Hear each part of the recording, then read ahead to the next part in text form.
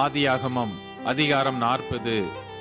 இந்த நடபடிகளுக்கு பின்பு எகிப்து ராஜாவுக்கு பான பாத்திரக்காரனும் சுயம்பாகியும் எகிப்து ராஜாவுமாகிய தங்கள் ஆண்டவனுக்கு குற்றம் செய்தார்கள். பார்வோன் தன் பான பாத்திரக்காரரின் தலைவனும் சுயம்பாகிகளின் தலைவனும் ஆகிய இவ்விரண்டு பிரதானிகள் மேலும் கடும் கோபம் கொண்டு அவர்களை யோசேப்பு வைக்கப்பட்டிருந்த இடமும் தலையாரிகளின் அதிபதியும் வீடுமாகிய சிறைச்சாலையிலே காவல் பண்ணுவித்தான். தலையாரிகளின் அதிபதி அவர்களை விசாரிக்கும்படி யோசேப்பின் வசத்தில் ஒப்புவித்தான். அவன் அவர்களை விசாரித்து வந்தான். அவர்கள் அநேக நாள் காவலில் இருந்தார்கள்.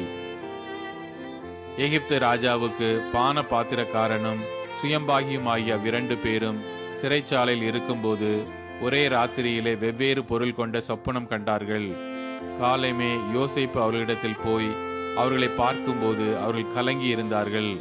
அப்பொழுது அவன் தன் எஜமானுடைய வீட்டில் தன்னோட காவல் பண்ணப்பட்டிருந்த பார்வோனுடைய பிரதானிகளை நோக்கி, உங்கள் முகங்கள் இன்று துக்கமாய் இருக்கிறது என்ன என்று கேட்டான். அதற்கு அவர்கள், சொப்பனம் கண்டோம், அதற்கு அர்த்தம் சொல்லுகிறவன் ஒருவனும் இல்லை என்றார்கள். அதற்கு யோசேப்பு, சொப்பனத்துக்கு அர்த்தம் சொல்லுதல் தேவனுக்குரியதல்லவா, அவைகளை என்னிடத்தில் சொல்லுங்கள் என்றான்.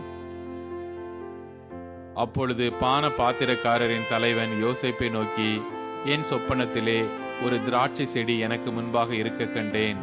அந்த திராட்சை செடியிலே 3 கொடிகள் இருந்தது. அது துளிர்க்கிறதா இருந்தது. அதில் பூக்கள் மலர்ந்திருந்தது.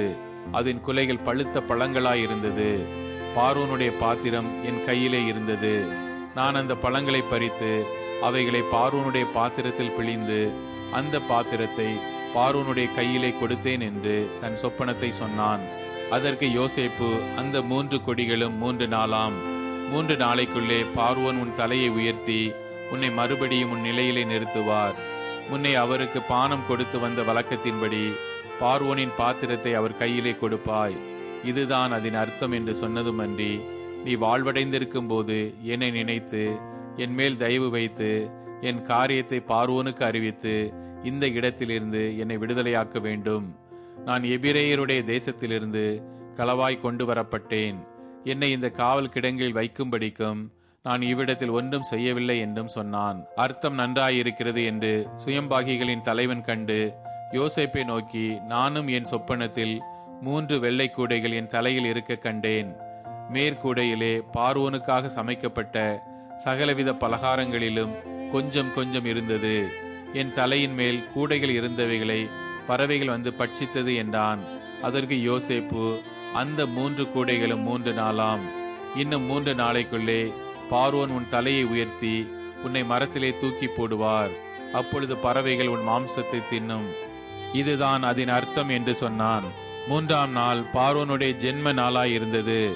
அவன் தன் ஊழியக்காரர் எல்லாருக்கும் விருந்து பண்ணி பான பாத்திரக்காரருடைய தலைவன் தலையையும் சுயம்பாகிகளுடைய தலைவன் தலையையும் தன் உத்தியோகஸ்தரின் நடுவே உயர்த்தி பான பாத்திரக்காரரின் தலைவனை பானம் கொடுக்கிற தன் உத்தியோகத்திலே மறுபடியும் வைத்தான். அந்தப்படியே அவன் பார்வோனுடைய கையிலே பாத்திரத்தை கொடுத்தான். சுயம்பாகிகளின் தலைவனையோ தூக்கி போட்டான். யோசேப்பு அவர்களுக்கு சொன்ன அர்த்தத்தின்படியே சம்பவித்தது. ஆனாலும் பான பாத்திரக்காரரின் தலைவன் யோசேப்பை நினையாமல் அவனை மறந்து விட்டான்.